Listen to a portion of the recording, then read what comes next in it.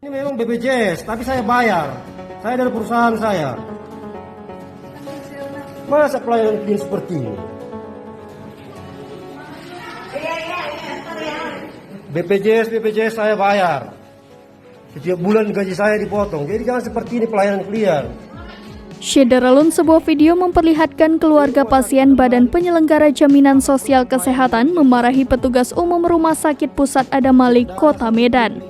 Pria dalam video kesal lantaran hasil cek darah istrinya terlalu lama keluar.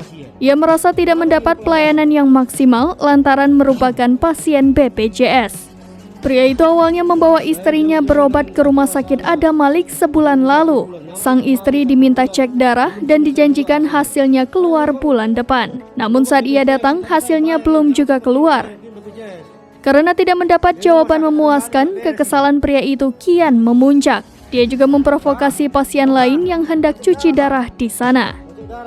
Humas Rumah Sakit Adam Malik, Rosario Doroti Simanjuntak, mengatakan peristiwa dalam video itu terjadi pada Senin 27 Maret 2023. Orang yang dimarahi pria tersebut merupakan petugas rumah sakit di bagian administrasi. Menurut Rosario, persoalan tersebut dipicu karena masalah komunikasi. Namun diakuinya saat kejadian hasil pemeriksaan darah pasien tersebut memang belum keluar. Saya hari ini nggak bekerja. Ini memang BPJS, tapi saya bayar. Saya dari perusahaan saya.